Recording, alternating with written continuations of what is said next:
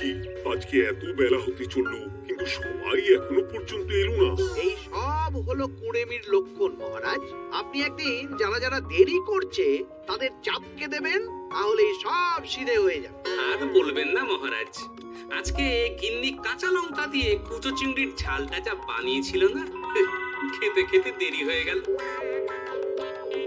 ফুলগাপ্পি দেওয়ার আর জায়গা পাও না না? বিশ্বাস করুন, সত্যি খুব ভালো রান্না করেছিল গিন্নি, তাই আবার আরেক হাঁড়ি ভাত চড়াতে বললাম। আর সেটা খেয়ে আসতেই তো দেরি হয়ে গেল। আরো এক হাঁড়ি? মহারাজ কিছু মনে করবেন না, এই পাঠশালা বন্ধ করে সব গুছিয়ে তাপে এলাম। সুপ্রভাত মহারাজ। সুপ্রভাত মহারাজ। প্রভাত আজকে আর শুনেই, তোমরা সবাই এত কুঁড়ে হয়ে গেছো যে কি বলবো। মহারাজ, এই কুড়েমির আসল কারণ হচ্ছে চর্বি। কোথায় আছে, যত বেশি চর্বি তত তাড়াতাড়ি মরবি। আপনি কি বলতে চাইছেন মন্ত্রী মশাই, যে আমি তাড়াতাড়ি মরে যাব আর আপনি মজা দেখবেন? ঠাকুর ঘরে কে, আমি তো কলা খাইনি ব্যাপার হয়ে গেল। কপালের একদম মোক্ষম জায়গায় আঘাত লেগেছে, যাকে বলে ওই আঁতে ঘা। তুমি বেশি কথা বলো না বৈদ্য, ছুঁচ করে জ্বালুনির বিচার। হ্যাঁ, বৈদ্য তো দেরি করেই এসেছে। আমার মনে হয় প্রত্যেককে এমন ভাবে প্রশিক্ষণ দেওয়া দরকার যাতে তারা একটু চনমনে হয়ে ওঠে। হ্যাঁ মহারাজ, তাহলে আগামীকাল থেকেই শুরু হোক ব্যায়াম আর অস্ত্র শিক্ষা। হ্যাঁ, কুঁড়ে থাকলে রাজ্যের কোনো বিপদ আপদে সভাসদেরা কাজে আসবে না। ঠিক বলেছেন মহারাজ। তাহলে আর দেরি কেন, চলো সবাই এখনই আমরা মাঠে যাই। এই তো মহারাজ, ভরপেট খেয়ে এলাম, এখনই মাঠে? সব অজুহাত দিয়ে লাভ নেই, চলো চলো চলো।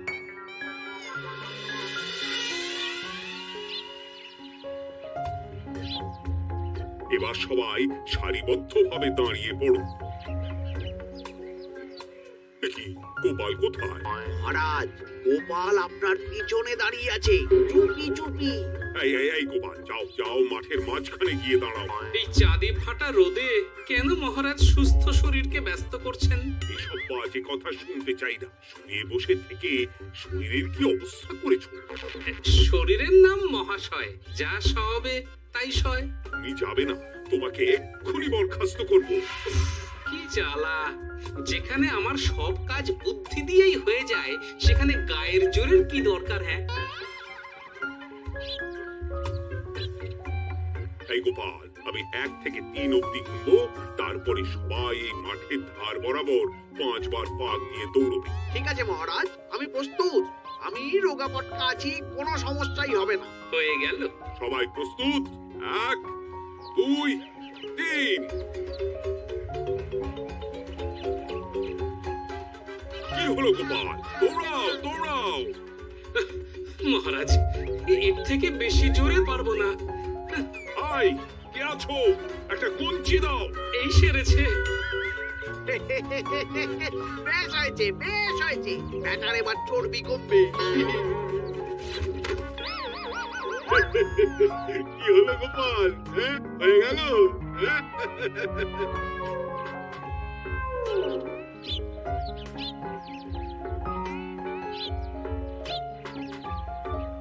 এই গুলতে, উঠি, আমাদের দাদু উল্টে গেছে। হ্যাঁ, তাই তো দেখছি। চল চল, গিয়ে দেখি। উফ, চেহারার কি অবস্থা বানিয়েছো গোপাল, হ্যাঁ? এতটুকু দৌড়তে গেলেই চিটপটাং। তাড়িয়ে দিন মহারাজ, এরকম বেঢপ চেহারা সভাসদকে আমাদের দরকার নেই। না না, তা বললে হবে না গোপাল, তুমি এক্ষুনি বাড়ি চলে যাও, কালকে আবার মাঠেই দেখা হবে। এই দাদু, বাড়ি চলো। ওরে বাবারে,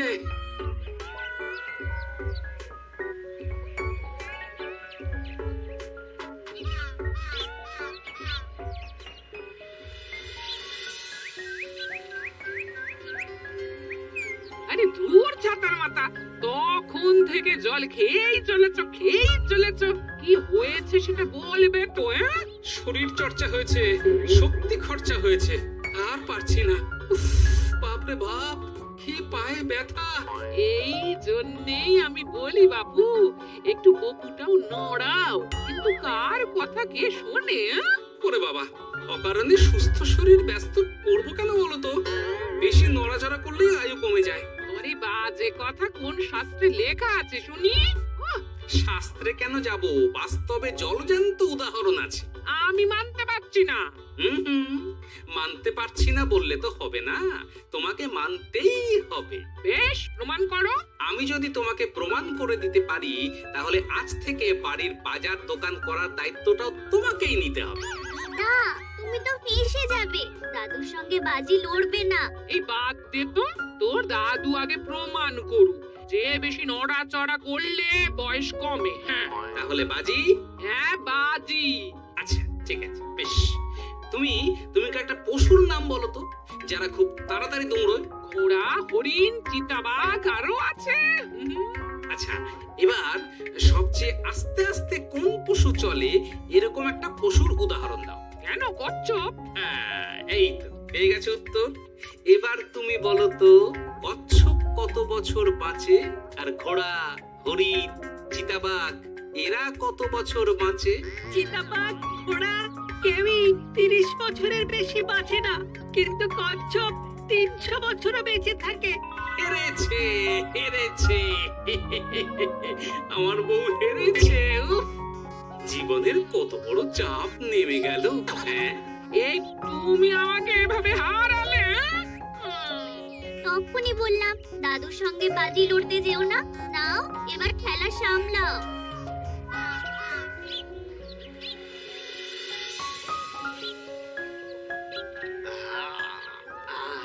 আরো ভালো করে মালিশ কর। আজকে ছোটাছুটি করে পা দুটো বেশ ব্যথা ব্যথা করছে। কালকে তো আবার অন্য পরীক্ষা। আরে আমার হালকা চেহারা আছে, সব সামলে নেব।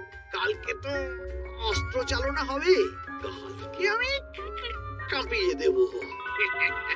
কাঁপাতে তো হবেই মন্ত্রী মশাই। আমরা আপনার শরীরে এমন ঘষা মাজা করে দেব না, মনে হবে আপনি না একটা জনযন্ত্র অস্ত্র চালনা করতে যাচ্ছে। বাস এই তো চাই। ওরে বাবারে, আস্তে আস্তে। আরে বাবা, আপনার তো ইস্পাতের শরীর, ভাঙবে তবে মচকাবে না। চিন্তা করছেন কেন? ভয় পাবেন না, ভয়কে জয় করতে হবে।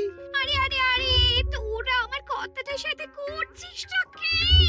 মানুষটা মরে যাবে তো। চিন্তা করো না গিন্নি। বাবা, ওরা বলেছে আমার ইস্পাতের শরীর, ভাঙবে তবু মচকাবে না। একবার এই বুড়ো বয়সে হাত পা ভাঙলে কি সামলাবে শুনি?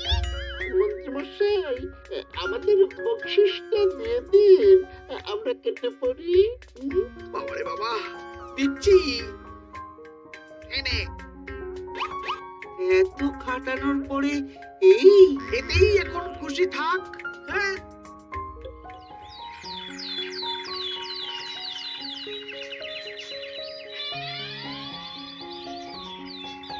এবার তোমাদের সকলকে অস্ত্র শিক্ষা দেওয়া হবে। উফ, রোজ রোজ কি জ্বালাতনে পড়েছি, বাপরে বাপ। বাবা মা কাউকে ডাকার দরকার নেই, ভালো না লাগলে রাজসভা চাকরি ছেড়ে চলে যাও। মহারাজ, এটা তো উচিত নয়। যে যেটাই পারদর্শী তাকে সেটাই করতে দিন না। একটা বাঁদরকে যদি আপনি বলেন শিকার করে মাংস খেয়ে দেখা, সে কি পারবে মহারাজ? মহারাজ, গোপাল একটু বেশি কথা বলছে, ওকে আপনি বের করে দিন। আমি তোমার কথাই বলবো না গোপাল, তোমাদের সবাইকে এখন অস্ত্র শিক্ষা শিখতেই হবে। কর্তার ইচ্ছায় কর্ম, এখন তো আমার আর কিছুই বলার নেই। তাহলে আর দেরি কেন, তোমরা সবাই একটা করে ঢাল আর একটা করে তলোয়ার তুলে নাও। সেনাপতি, বলুন মহারাজ। তুমি সকলকে অস্ত্র শিক্ষা দেবে, তলোয়ার চালানো শেখাবে। এক এক করে প্রত্যেকে তোমার কাছে যাবে আর এক এক করে তুমি সবাইকে তলোয়ার চালানো শেখাবে। আচ্ছা মহারাজ, তাহলে ওই সবার প্রথমে চলে আসুন মন্ত্রী মশাই। হ্যাঁ, আমি প্রস্তুত। আমার শরীর ইস্পাতের মতো, ভাঙবো তবু মচকাবো না।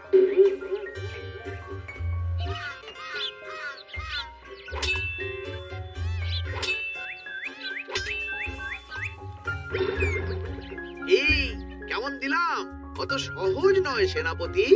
আমি মন্ত্রী এমনি এমনি হইনি, আগে অস্ত্র শিক্ষা শিখে তবে মন্ত্রী হয়েছি।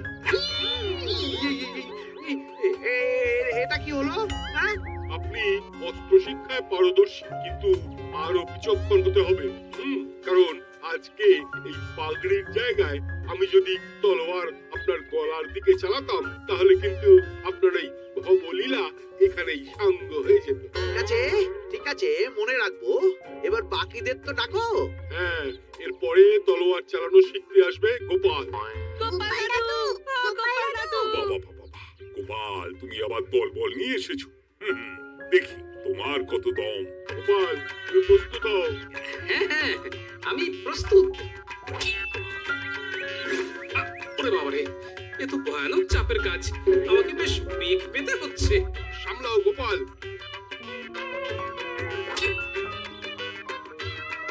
না, আমাকে অন্য রাস্তা দেখতে হবে।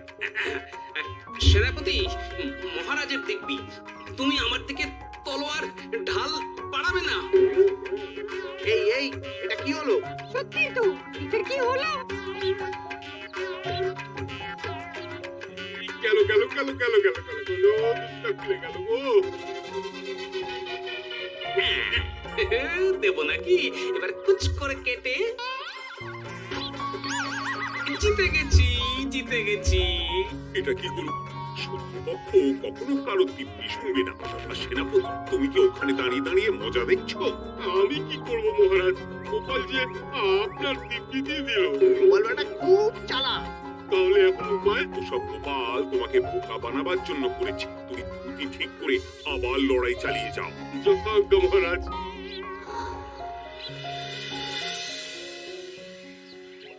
কিরে নেবলা, তোদের দিদা আমার জন্য কি রান্না করে পাঠিয়েছে রে?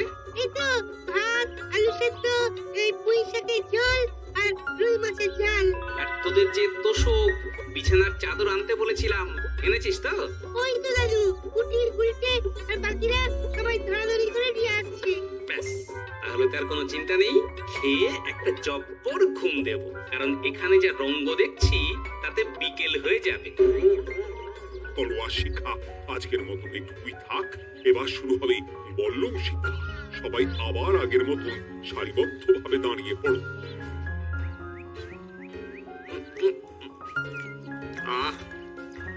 তোদের দিদা ওইসবটা কিন্তু বেশ জব্বর বানিয়েছে। তোদের দিদার হাতে রান্নার কোনো তুলনাই নেই। আহা, কি স্বাদ! দেখি গোপাল আবার কোথায় গেল? এই তো মহারাজ, আমি এখানে ওই পুঁইয়ের ঝোল আর রুইয়ের ছাল দিয়ে ভাত খাচ্ছি। এসব কি মাঠের মধ্যে খাওয়া? আরে শরীরটাকে তো রাখতে হবে। তাড়াতাড়ি খেয়ে এইদিকে এসো। আসছি আসছি আসছি। এবার আমি তোমাদের দেখাবো কিভাবে বল্লম নিয়ে তেড়ে যেতে হয়। দেখান মহারাজ।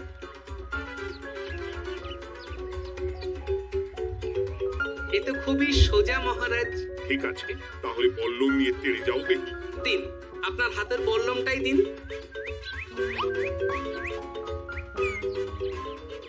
আরে আরে, গোপাল তো মাঠ থেকেই চলে গেল। আমি ডেকে আনছি মহারাজ। আরে আরে, ও গোপাল, গোপাল, মহারাজ ডাকছেন। থামো থামো। মহারাজ বলেছেন বল্লম নিয়ে তেড়ে যেতে, তেড়ে গিয়ে আবার ফিরে আসতে তো উনি বলেননি। আরে, এ তো মহা মুশকিল। উনি এক্ষুনি তোমাকে মাঠে ফিরতে বললে। সেটা আপনাকে বলতে পারে সেনাপতি, আমাকে তো বলেনি। আমি চললাম।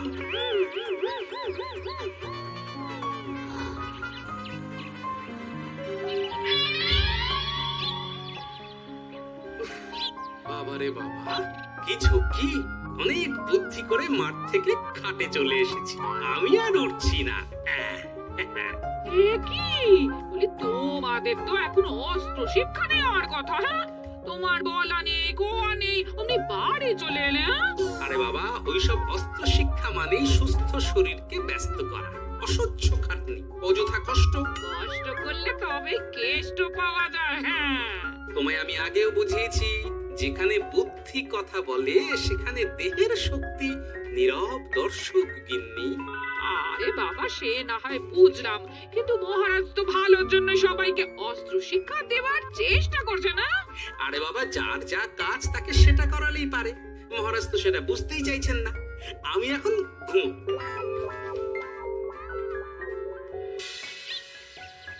দরজা খোলো গোপাল, দরজা খোলো। গোপাল, গোপাল দরজা খোলো বলছি। ব্যাস হয়ে গেল। একটু শান্তিতে ঘুমাবো তার জো নেই। দরজা খোলো গোপাল। বলুন মহারাজ।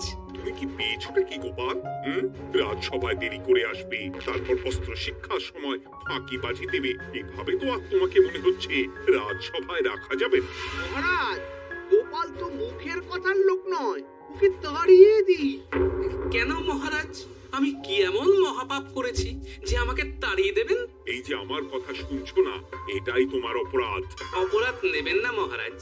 পণ্ডিতের দায়িত্ব পুজো করা, সভাকবির দায়িত্ব কবিতা বলা, সাহিত্য চর্চা করা, আর আমার দায়িত্ব হাসি মজা করে আপনার মন ভালো রাখা।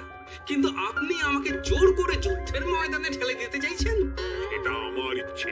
আমি তো মহারাজ ইচ্ছে করলেই অনেক কিছু করতে পারি। চোখ বন্ধ করে লক্ষ্য ভেদ করতে পারি, শুধু বুদ্ধি দিয়ে। আরে বাহ, এত বড় কথা!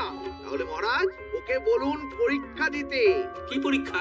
আমি একটা ঘরে বর্ম পরে দাঁড়িয়ে থাকবো, তোমার হাতে অস্ত্র দেব, আমার মাথায় একটা আপেল থাকতে হবে, আর তুমি কিভাবে আমার মাথা থেকে ওই আপেল ফেলতে পারো দেখবো।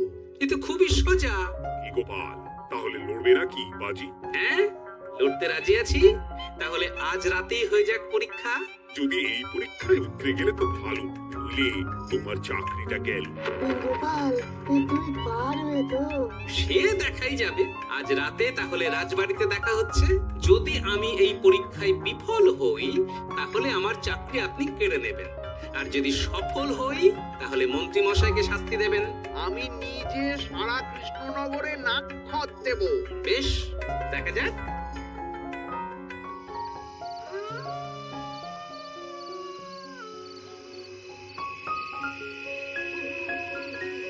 কি মন্ত্রীমশাই, ব্যবস্থা সব ঠিকঠাক হয়েছে তো?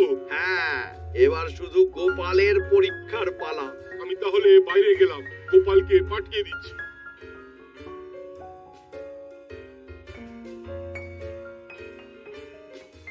এবার যাও গোপাল, ঘরের ভিতরে যাও, দেখি তুমি কি করে মন্ত্রীর মাথা থেকে আপেল ফেলতে পারো। আপনি তো শুধু আমার চোখ ঢেকেছেন, আমার নাক, মুখ, কানও ঢেকে দিন, যাতে ঘ্রাণেন্দ্রিয়, শ্রবণেন্দ্রিয়েরও সাহায্য না নিতে পারি। বেশ, তাহলে তাই হোক। আই, কে আছো? গোপালের মুখ, নাক আর কান ঢাকো। যথাজ্ঞা মহারাজ। একটু একটু মোটা কাপড় দিয়ে নাক মুখ ঢাকো, হ্যাঁ, যাতে সেভাবে আপেলের গন্ধ না পাই। বেশ বেশ।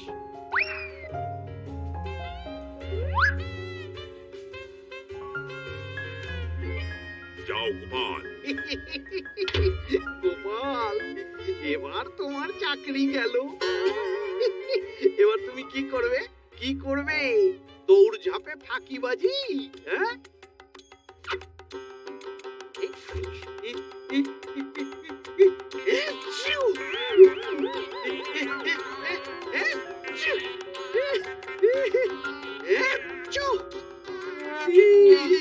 গেল গেল গেল গেল গেল, আপেল পড়ে গেল। আপেল পড়ে গেল মহারাজ, এর মধ্যেই গোপাল আপেল ফেলে দিয়েছে। ঘরের ভেতরে চলো।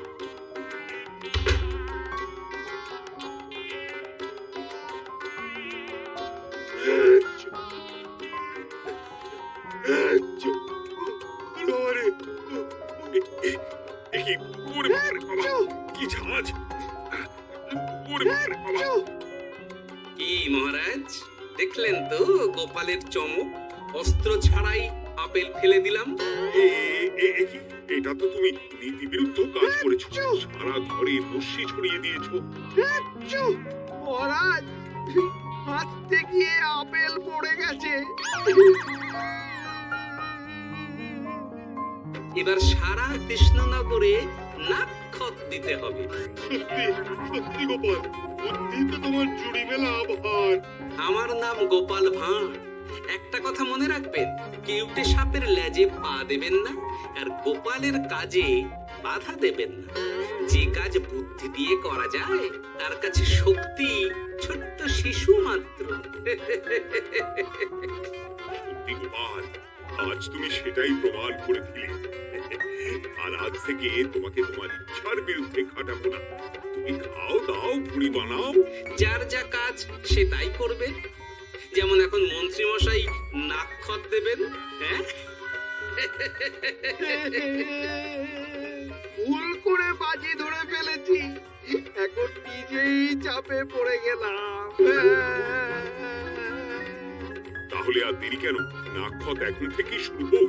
কৃষ্ণনগরের রাস্তা শেষ হতে হতে সকাল হয়ে যাবে।